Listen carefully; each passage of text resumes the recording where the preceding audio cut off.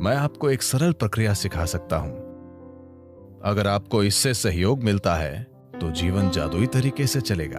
एक ऐसी बुद्धिमत्ता जिसे आपने कभी सोचा नहीं था कि संभव है, वो आपकी होगी।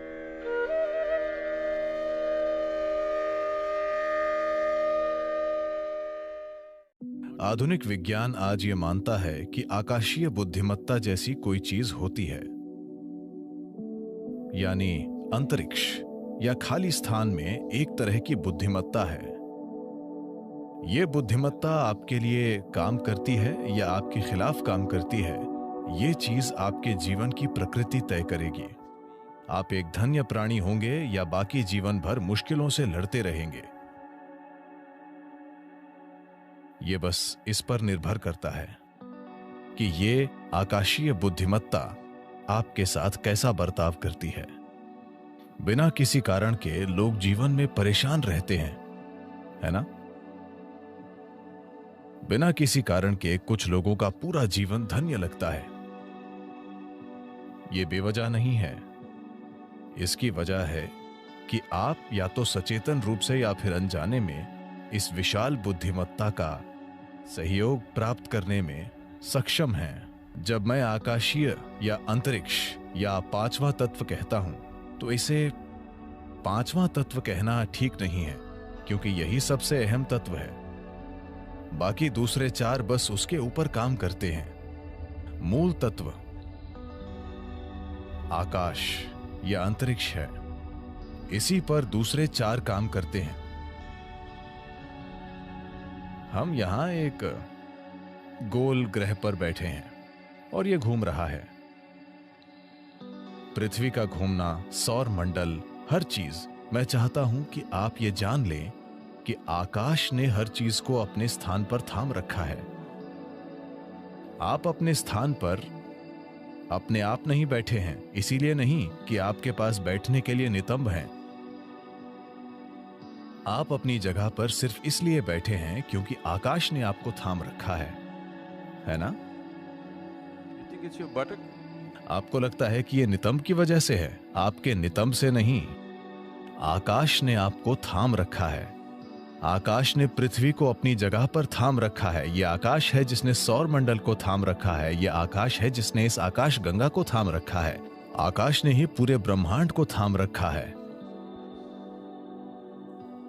और कोई तार नहीं बंधा है। बस यूं ही, बस ऐसे ही थाम कर रखा है। अब ये आकाश, अगर आप जानते हैं कि इसका सहयोग कैसे लें, अगर आप जानते हैं कि अपने जीवन में आकाश का सहयोग कैसे प्राप्त करना है, तो आपका जीवन धन्य होगा। मैं आपको एक सरल प्रक्रिया सिखा सकता हूं, जो वैसे भी हमेशा आप में से आधे लोग नहीं करेंगे। आप बस इतना कीजिए। सूर्योदय के बाद सूरज के 30 डिग्री का कोण पार करने के पहले, 30 डिग्री का मतलब इतना, 30 डिग्री के कोण को पार करने से पहले आकाश की ओर देखें और आपको आज थामने के लिए नमन करें। जब यह 30 डिग्री को पार कर जाता है, दिन के दौरान किसी भी समय ऊपर देखें और फिर से नमन करें। सूर्यास्त के बाद एक बार फिर ऊपर देखें और नमन करें। ऊपर किसी भगवान को नहीं, बस आकाश को। आपको आज थामने के लिए बस ऐसा कीजिए। जीवन नाटकीय ढंग से बदल जाएगा। आप इसे सचेतन होकर दिन में 3 बार करें। अगर आपको इससे सहयोग मिलता है तो जीवन जादुई तरीके से चलेगा। एक ऐसी बुद्धिमत्ता जिसे आपने कभी सोचा नहीं था कि संभव है, वो आपकी होगी, क्योंकि एक बुद्धिमत्ता जो आपकी समझ से परे है अभी यहीं पर काम कर रही है ना? क्या ये नहीं कर रही है? ये वो बुद्धिमत्ता है जो ब्रह्मांड को थामे हुए है। ये वो बुद्धिमत्ता है जो सृष्टि का गर्भ है। It is in the womb of that intelligence all creation is happening. उस बुद्धिमत्ता के गर्भ में सारी सृष्टि घटित हो रही है और इसे आपके लिए नकारा नहीं गया है। उस तक पहुंच रोकी नहीं गई है। बात सिर्फ ये है कि आपने अभी उस ओर देखा ही नहीं। बात सिर्फ इतनी है। कि आप अपनी छोटी सी दुनिया में इतने तल्लीन हैं।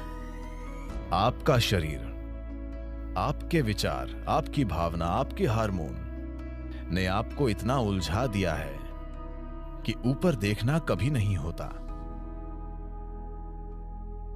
आप परे की किसी चीज पर कभी ध्यान नहीं देते क्योंकि ये छोटी छोटी चीजें आप पर हावी हो गई हैं। इसी को हम माया कहते हैं।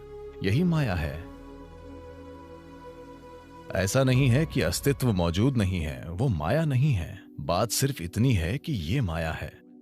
जब कुछ इतना जबरदस्त और शानदार और विशाल घटित हो रहा है तो ये छोटी चीजें आपको व्यस्त रखे हुए हैं और वे आपको ऐसा महसूस कराई हैं जैसे वे बाकी सब चीजों से ज्यादा असली हैं।